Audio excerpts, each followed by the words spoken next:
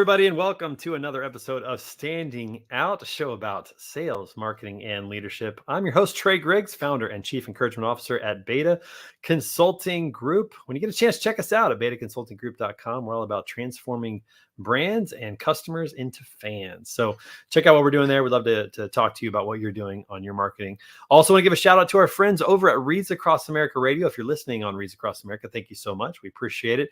Every Tuesday night, we're on their trucking lineup. So come back and hear a new episode of Standing Out every Tuesday on Reads Across America Radio. Also want to give a shout out to our sponsor, SPI Logistics, for making this possible. Listen, if you're a freight broker and just tired of having your MC in the back office and all that, those headaches that you have, you just want to stay in your sweet spot of working with customers and booking freight, make sure you check them out at success.spi3pl.com. Again, that's success.spi3pl.com. They've got the technology, the systems, the back office support, everything that you need to succeed. And make sure you let them know that you heard about it right here on Standing Out. Also, don't forget the Broker Carrier Summit's coming up this fall. We just had the last one. We're going to have the next one in the Dallas-Fort Worth area. I believe it might be in Fort Worth. Down there in Texas. And so it's going to be in October, looking at the 28th through the 30th. It's not too early to sign up for that. So go to brokercarriersummit.com and register for the event. If you know an influencer, you can get a coupon code. I'm sure they'll give you one. Make sure you register for that. The coupon code for Beta is 10% off. Also, be sure to subscribe to our YouTube channel, Beta_Podcast_Network, the Beta Podcast Network, for all of our content, including every episode of Standing Out, Word on the Street, The Edge, and all the fun stuff that our team likes to put out there. Again, just go ahead and click on that subscribe button so you never miss out. All right, got a great guest today. Can't wait to bring him on the show and talk about his career. He's down in Southern California. Please welcome to the show the president and CFO of Motivational Fulfillment and Logistics Services, Tony Altman.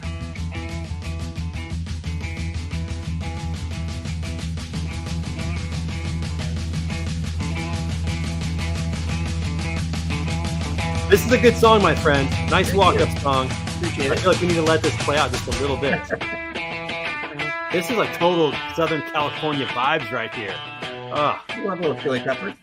I know. How are you doing, Tony? Nice Good, to have thanks. you How on are the you show. doing? Doing well. I just want to listen to that Red Hot Chili Pepper song. That brings me back to my childhood like no other. Are you a child of the 90s like I am? Did you grow up in the 90s? I'm shamefully an 80s hairband guy and, Wait, rocked out to that every day. Did you have 80s hair? Like I did. You did? Yeah. Were you in an 80s rock band? I was not. But I had a little, business on the side, party in the back, probably more going on. That's awesome. Yeah, there's not, the 80s rock bands, the ballads, the rock ballads, some incredible bands. But the 90s to me is childhood. I just remember the alternative rock, the hip hop, the country. Like, couldn't go wrong with 90s music, in my opinion. Isn't it amazing how we get connected to the genre that we listened to growing up? Yeah. It's amazing. And now our genres are the oldies on the oldie stations, which is pretty crazy. Hard to believe. I didn't think that we'd get there that fast, but yeah, here we are. All right, Tony, give a little introduction to yourself. Who the heck are you? So my name is Tony Altman. I'm the president and CEO of Motivational Fulfillment and Logistics Services. I've been with Motivational for about 15 years now, and it's a family business, 46-year-old 3PL. Based in Southern California, but we've got locations about 2.6 million square feet in SoCal and 350,000 square feet in the Memphis area. Man, so you got a couple locations and been going for a long time. Family business. Were there any trepidations of getting into family business? We talked a little bit about this before. Was that good? Was it crazy? Was it wild? Good stories to tell? Thanksgiving still goes well? It goes great. I was very proud of what my sister also worked in the family business. My dad started the company.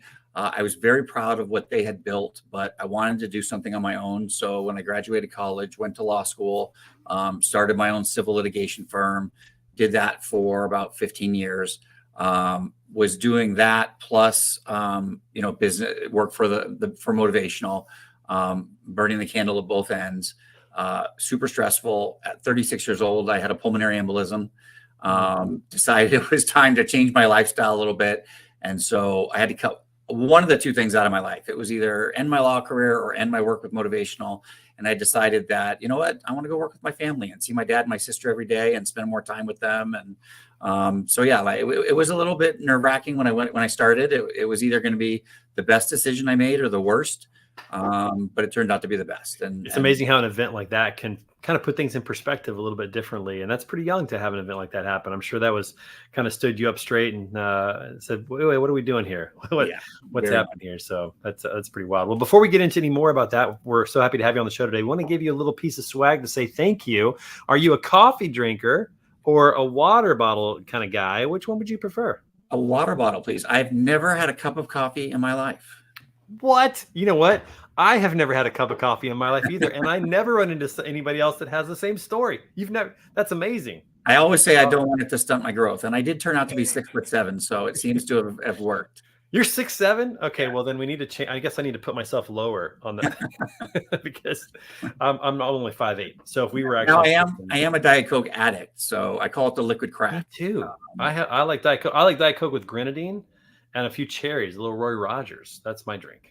Yeah, I drink so much that I put a soda fountain in my home. That's awesome to hear. Well, I don't run into too many people who have never had a cup of coffee like myself. My dad used to make me make his coffee in the mornings, and he had the Folgers Instant. Right. You just whatever, stir it up, and put it in the microwave, and it just never seemed appealing to me. I never really got into it. I don't like bitter tasting things, and I'm kind of a sweet tooth kind of a guy, and so never did it. And by the time I could have it or could afford it, I was like 25. It's like, who cares at this point? Like I've made it this long, and clearly I have enough energy. I don't think anybody wants to see me on coffee. So it's probably a good thing that we don't have that. So water bottle coming your way. We'll send it over. It's a great water bottle, and we hope that you enjoy that. All right, some fun facts about you I didn't know. Well, you did mention that your dad was a college baseball player. You have some athletic veins in the family. You played ice hockey. You played since you were 6, and you still play 2 to 3 times a week. Is that right? I do. So we're a hockey family. I play 3 times a week. My son played at Arizona State, and my younger son was a goalie kind of growing up, and, kind of on and off. He didn't play as seriously as my older son, but we're a hockey family for sure. Wow, that's cool. I'm just now getting into the St. Louis Blues. I grew up in Kansas City, no hockey team, but I've been in St. Louis for long enough now that I should be a fan. And it's such a fun sport, so fast. It's so fast. A lot of people complain about baseball, kind of a slow sport. Sometimes people feel the way about football a little bit. Man, you cannot say that about hockey. It is a really fast sport. Yeah, once you've been in person and you've watched a game, it's tough to watch other sports.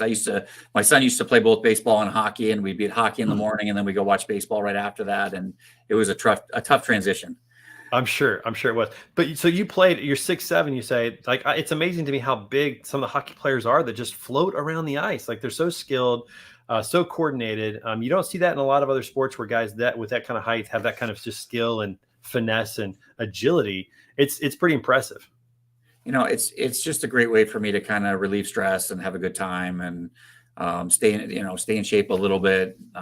Certainly not in a little bit. I like to say the shape that I'm in is round, but at least it gives me a little bit of exercise and keeps my cardio up a little bit. Yeah, and skating is not easy. I mean, it's not for the faint of heart. That's for sure. It's very athletic. I do have a question to ask you. I've wanted to ask a hockey person about this for a long time on the show, and here we are. So how in hockey games, a lot of times there are fights that break out, right? Uh-huh. And I've noticed in hockey that when 2 guys really want to go at it, they really just let them go for a little bit. Right. The referees will come by. Are they referees, officials? What are they called in hockey? Well, there's linesmen and referees. The referees call penalties. The linesmen call offsides and ice. Yep, zebra guys. The zebra guys. They kind of come around them, but they don't really get in the way until the fight's kind of over. Maybe somebody goes to the ground, or they've had enough, whatever it is. I always appreciated that. Here's what I wish that people would do. Like, I'm a baseball guy. You know how somebody charges the mound, both teams come out. Right. I wish just once they just let them go for a while, see what happens. Just if you really want this smoke. The reason they let them go for a while is like you said, they got big guys in hockey these days, and the linesmen don't want to step in the middle of a fight between 2 6'2", 250-pound guys. So they let them go until they get to the point where they tire out a little bit, and then they can step in between and kind of safely separate them. But you don't want to step in while those guys are throwing haymakers and catch a wild punch. So they let them go. Exactly. And, at the end of the day, it's probably not so bad for the game either, for the fans to see a little bit of a scuffle. Well, so I don't think the NHL hates it either. No, it's very exciting as a fan. I'm always hoping at least one good fight will break out during a game. It's just for fun. But here's my thought. If you're a hitter in baseball or a pitcher in baseball, it would either make you think twice about charging the mound if you get the snot beat out of you, or you think twice about hitting a player if you got the snot beat out of you as a pitcher. So I feel like it would kind of level things out. And I just think it'd be fun to watch him go. Just let him go for a while and then separate them. This whole team coming out. All right. That's my little pet peeve. I wish baseball fights were more like hockey. That's my thing. So, all right.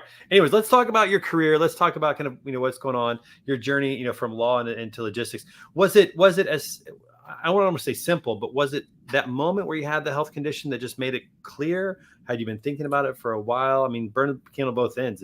It's hard. Yeah, I had been thinking about it. I mean, I've been around the business my whole life. Motivational was founded in 1977. I was born in 1971. So at the age of 6 or 7, I was running around the warehouse with my hockey stick and a tennis ball, shooting my tennis ball off the pallet. Yeah, you were.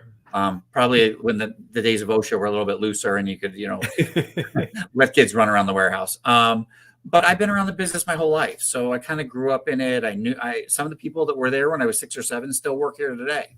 So, I've been around it. I've worked the same thing that I do with my kids now. My sister did with her kids. My dad did with us, which is during summers, we worked in the warehouse. We worked in the office, we learned the business. We worked in every different position. So we've all unloaded containers and labeled cartons and, processed orders. We've all done pretty much every position in the company. So, I knew the business throughout, even though I wasn't working in it.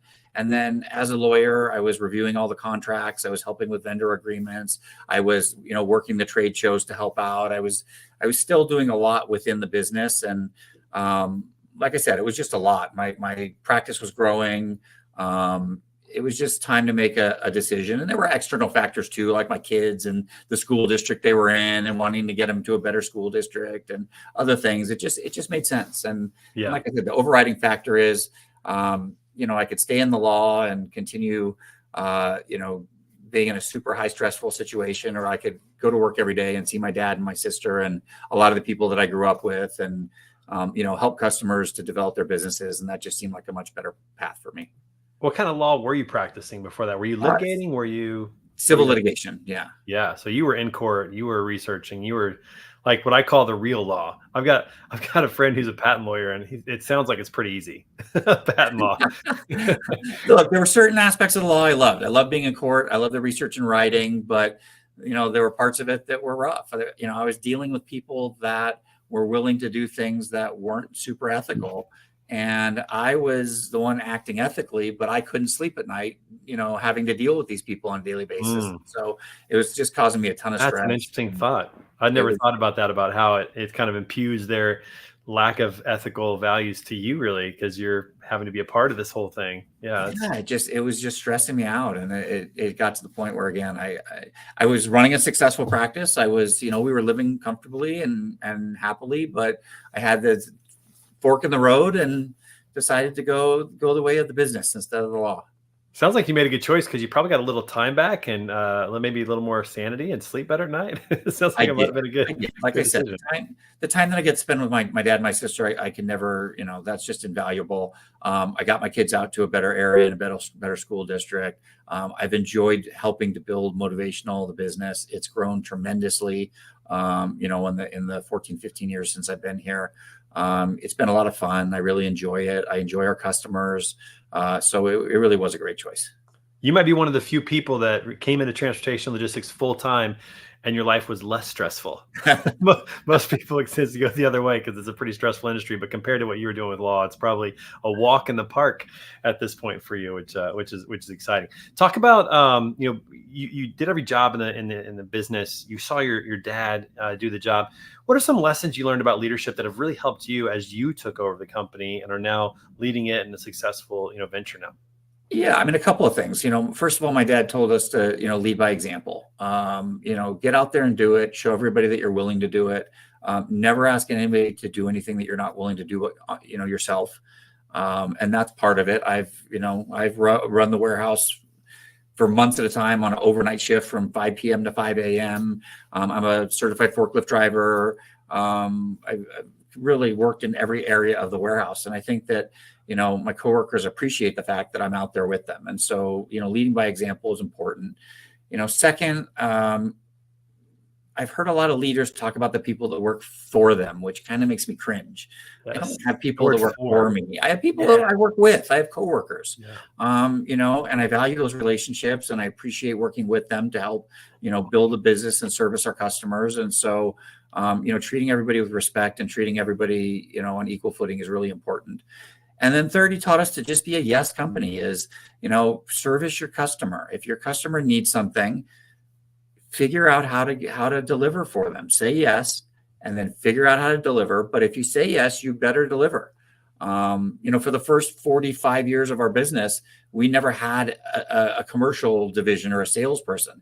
It was just my dad, my sister, and myself, and we were getting our sales organically through referral, through current and former customers, through executives that left one of our companies that were with us and went to a new company and then brought that company to us. We were getting referrals directly from the retailers, and so we got that because of our service level. And so he always taught us that, look, if you're going to offer a service level, you better know that you can provide it and do a good job at it. Yeah, your first point, to go back to that of leading by example and not asking anyone to do something that you wouldn't do yourself, sounds like something straight out of the Michael Jordan Last Dance documentary, where he talked about that he was never going to ask his teammates to do something that he wasn't willing to do himself.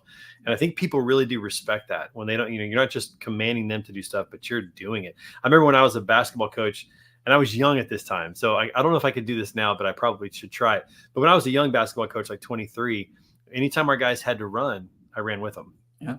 And one, it kept me in shape, but the side benefit that I didn't even realize at the time, because my motive was just to stay in shape, but the side benefit was that I gained their respect because I wasn't just yelling at them to run. It's like if they made a mistake or if we did something that caused us to run, I had to do it as well. Absolutely. And one of those examples was we made them run if they cussed, and this was high school basketball. Right. So if they said a cuss word, we all got on the line and ran, myself included. And so they started to feel bad about making me run, which kind of worked in our favor. But the idea is the same, that, man, if you're willing to get out there and drive a forklift, work the overnight shift, do whatever needs to be done, and they know that you're not just pointing fingers and telling people what to do all the time, you get a different level of respect from the team that you work with and not for. And I think that's a really great point. And then when it comes to delivering for the customer, and that requires some extra hours or some weekends or some nights, and they know that you're willing to get out there and do it with them, then they're more likely to say, okay, I can do that, instead of saying, gee, sorry, I can't make it. Or it motivates the team to work together to deliver, the best product possible for the customer.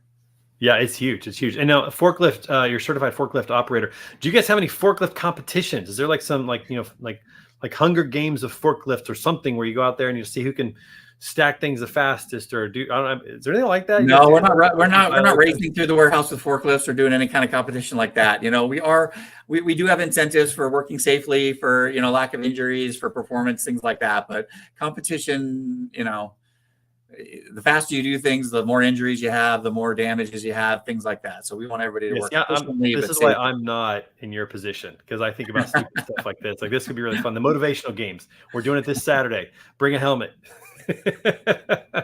Maybe do it offsite at someone else's warehouse. Yeah, there you go. Not at your own warehouse. Don't destroy anything. Oh, that's so funny. I love to hear that. But what are some of the, when you think about having a successful business, what are some of the challenges that you've had to face that maybe you weren't ready for? What are some things that come to mind, and how did you overcome some of those? Well, I mean, obviously COVID was something that nobody ever anticipated, and the impact of everything that went along with that. I mean, that was like the perfect storm. I mean, there were pallet shortages, there were space shortages, there were disruptions in supply chain. There were so many unknowns. I mean, everything you could imagine just hit all at once, and trying to right size that and keep your business running. As the governor of California was on TV announcing that he was, doing a mandatory shutdown and a stay-at-home order, my phone was ringing 3 or 4 customers saying, "What are you going to do? Are you staying open? How are you going to service our business?" And I'm like, right, I haven't even heard what he said yet. He hasn't finished speaking yet. I don't know. So being able to kind of pivot and figure that out and work through that situation, and because we service some customers that ship essential products, we were able to stay open throughout COVID and implement some safety protocols, and knock on wood, we were able to stay open throughout COVID without shutting down at all and service our customers. So definitely a challenge. That was hard to believe. It was 4 years ago. It feels like an eternity ago, and yet at the same time, it feels very fresh still in terms of what had to happen there. You know, a lot of people think that leaders aren't afraid of things, or things don't scare them. I'm sure that moment had to scare you a little bit with your business, like not knowing. How do you handle those moments of maybe a little fear, a little doubt, a little uncertainty as a leader, especially when people are looking to you? You have to communicate clearly with the team, let them know what the path forward is, let them know what the plan is. But, I think that internally there's always a little bit fear as a leader. You always lose sleep. My father always used this adage that, running a company is, there's 27 hours in every day, but no one can fire you. It's, you never stop worrying. You go to sleep worrying, you wake up worrying, you never stop thinking about the business. It's while you eat dinner, it's while you spend time with your family. It's very hard to shut it off. Very hard. And especially because, like I said, a lot of the people here I've known, we have a lot of highly tenured people that have been here since I was a little boy, and they're, grandmother, mother, daughter, granddaughter work here, and husbands and wives and brothers and sisters. And so we have a lot of familial relationships that work here, and their entire families are counting on our company to support their families. And so it's just, I feel a huge amount of responsibility to make sure that we are, maintaining the company and moving forward and providing a vehicle for them to support their families. Yeah, I feel that same burden. Whenever I was an employee, I felt like I was working really hard to feed 4 mouths.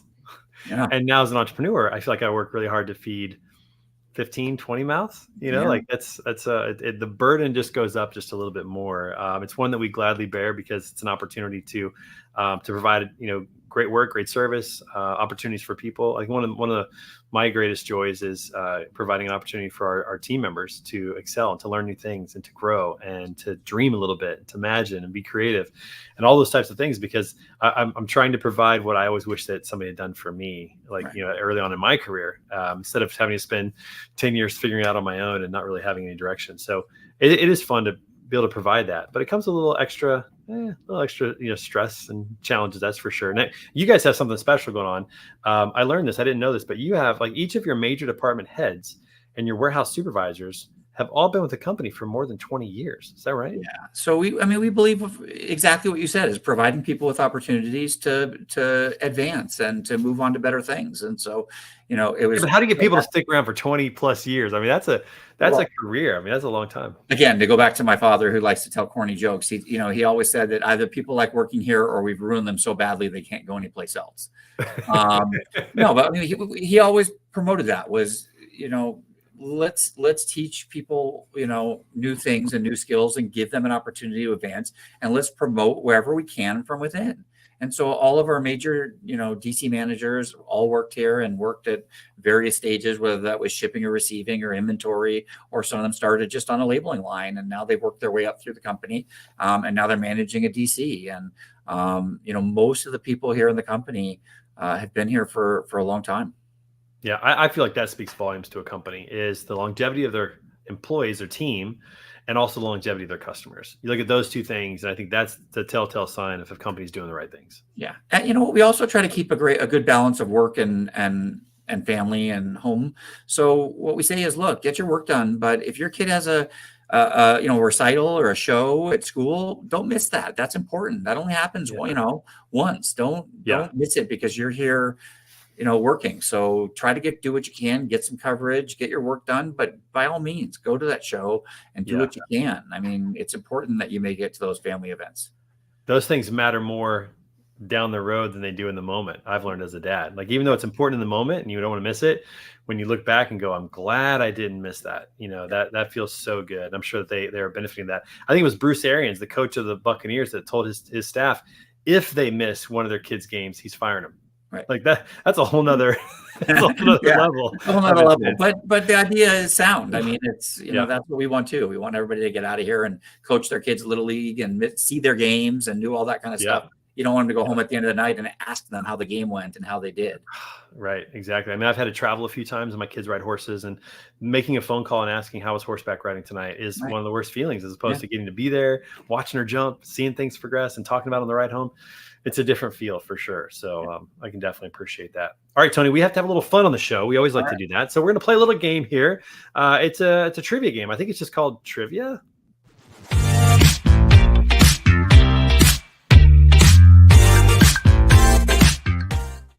All right, so here's what we got. Our producers put together some Gen Z slang, which Gen Z, those dates, I'm not even sure the dates of those, but it's definitely after us. We're Gen X. I'm a Gen Xer. You Gen Xer? Okay. We're Gen Xers. So some Gen Z slang, and we have to see if we can guess what this means. This could be embarrassing, my friend. I'm just saying. We're in this together. Here we go. All right, let's see what we got. First one is snatched. I'm thinking like taken, stolen. That's what I would have said. That's exactly way too obvious. That seems way too obvious. That's what I thought too. I thought, okay, there's got to be deeper meaning. Oh, it means fierce or on point, particularly when it comes to someone's hair, makeup, or physical appearance. Oh, so Tony, your goatee is snatch, dog. Wow, thank you. Use that at the dinner table tonight, or when you're with your kids next, and just see how that goes. All right, so we didn't get that one right. Snatch, that was bad. Okay, understood the assignment. I mean, I know what these mean to us. What else? Yeah, I take them literally. I understood the assignment. I got it. That's right. I know what's going on. I'm focused. I'm hip. I'm up with it. Okay, I don't know. What does this mean? This means someone was successful at or totally nailed. Okay, then we got that. We got that one. We're taking credit for that one, Tony. So all right, we're 1 for 2. All right, here we go. Next one. Glizzy. Glizzy. Okay. I'm going glizzy is that you're like dressed to the nines. Like you're looking good. Yeah, you're looking good. You're glizzy. I like that. I like that. I mean, I think that makes sense. I can't think of anything else that would be better than that. So glizzy, man, dressed to the nines, looking sharp. Yep. Let's go with that. All right, let's see what it's a glizzy. It's a hot dog or sausage. Hot dog. I'm never calling a hot dog a glizzy. I don't know where that comes from. That doesn't even sound right. I agree. Give me a glizzy. No. Okay. All right. Slaps. I think I know this one because my daughter uses this one. Do you know this one? Slaps. No. Okay, that means it's. I think that means it's really good. Like that thing slaps. Oh, that slaps. Okay. All right. That's what I think. This next word really slaps. It essentially means to be excellent or amazing. Let's go. That's right. Nice. All right. So we're 2 for 4. We're failing, but that's okay. Let him cook. Ooh, I know. I think I know what this one is. Let him cook. It's like let him go. Let him be good. Don't put any limits on him. Don't get in his way. That's right. Don't stop him. Let him keep doing the great work he's doing. Right. Let him do his thing. Got it. All right, we're 3 for 5. We're passing, my friend. Here we go. 3 for 5. Let's see. We got Riz. Oh, my daughter used this recently. I think Riz is like when to Riz somebody is to kind of like flirt with them or hit them up. Oh, okay. All right. Well, maybe I don't want to know that if my daughter used that. Okay, Riz. Let's hear what it is. Riz is another word for spitting game, how good you are with pulling and flirting. Hey, we get it. That counts. 4 for 6. We get credit for that one. All right. Okay. Let's see. Here we go. Mother. I have not heard this one. Mother. Okay. Like Mother Earth, Mother Nature, like in charge. Maybe it's like something that like mother is like, no. That's too literal. Yeah. Okay. Oh, a woman who's iconic. Okay. Hey, listen, I said Mother Nature. In charge. I said in charge. All right. I'll give it to you. Thank you. I appreciate that. All right. I appreciate that. We're 5 for 7. Okay. Last one. And we're passing already. All right. 5 for 7. Here we go. Let's see if we can get a C out of this deal. It's giving. It's giving. Giving. It's giving. Giving. Like, all right. I'm into that. I can like something that's passable or excitable or it's giving. It's giving. It feels good. It's got a good vibe to it. Maybe things are good. It's a slang phrase used to describe when someone or something is embodying a particular vibe. I said vibe. Let's go. 6 for 8. Tony, we're counting it. That's 75%, my friend. We are Gen Z pass certified. In any sport, you're in the Hall of Fame. That's right. Absolutely. 75%. That's amazing. We'll take that. And also we like to have a little fun with a random question of the day. We're going to end our fun with this. This All right. could be a serious question. It could be a silly question. It could be a good question. This one could be a dud, Tony. I have no idea. So the random question today is, would you rather be chased through a forest by a zombie or by a lion? This is kind of realistic. You could be chased by a lion and zombies. Zombie for sure. You'd rather be chased by a zombie? Yeah, no doubt. Why is that? Well, I'm a Walking Dead fan, and those things are sometimes kind of slow. The lion, I have no chance at. That's true. That's true. So you know the speed of zombies, and you think that you could outrun the zombie. Chance. I have a possibility. The lion, I have no chance. Lion, you have no chance. That's a good point. That's a good point. Now, the zombie might have other skills that we don't know about, but if they're slow, I agree with you. I'd rather take my chances getting away from the zombie than getting away from a lion. Because even if you find a tree, you're still dead. Have you seen a lion climb a tree? Yes. Those things are unreal. Yeah. There's no chance. Lions. That was an easy one. I'm going zombie all day long. That's an easy one. We're definitely doing zombie. I don't know that I could survive a zombie apocalypse. I haven't looked into that, but I think I could maybe get away from one. So I'm with you on that. We're going to go with that. All right, Tony, that's kind of the end of our show here. Let's finish with this. First of all, what's next? What's on tap for Motivational? What are you guys working on? What are you excited about? Anything new coming out? Yeah, we're just, like I said, we're opening our Memphis facility currently. It will go live actually May 1st, so just in a couple weeks. Nice. We'll be opening in Indianapolis by the end of this year. So just continued growth, continuing to bring on new business and service our customers and grow. So it's expansion time right now, which is exciting. So how can the people out there, customers, maybe people that want to hear about your leadership, how can people get connected with you? You can go to our website, www.mfals.com. You can find us on LinkedIn. You can reach me at my email, taltman@mfals.com. You're making it easy for people on the website. See, at my website, it's all the words. We need to change that. Maybe we can get an acronym like that. www.motivationalfulfillmentandlogisticservices.com would be a little rough. So we had to go if you try to shorten all the words, full, log, serve, like it's not going to work. It just doesn't work. The initials is MFALS. Everyone gets MFALS pretty easily. Well, Tony, listen, we're going to get you out of here today with a little more red hot chili peppers. We appreciate you being on the show today. Thank you so much. We'll have to have you back on the show. And until next time, enjoy the hockey and don't get in too many fights out there. You got it. Thanks, Trey. Appreciate it. Take care. All right, everybody, come back every Tuesday for another episode of Standing Out with great guests like Tony on the show. Also, if you get a chance to listen to us on the radio, Reads Across America Radio, every Tuesday night, we're on their trucking platform there. Their trucking, whatever it's called there, list. I don't know. Gosh, I can't think of words today. But make sure you check them out at readsacrossamerica.org and donate to their cause because it's coming up here in December to lay the wreaths on headstones of fallen veterans. And so it's a great organization. We love partnering with them. I love what they're doing. Also, shout out to our friends over at SPI Logistics for sponsoring the show and making it possible. Check them out at success.spi3pl.com. And until next time, don't forget, stop standing still, start standing out. We'll see you guys soon.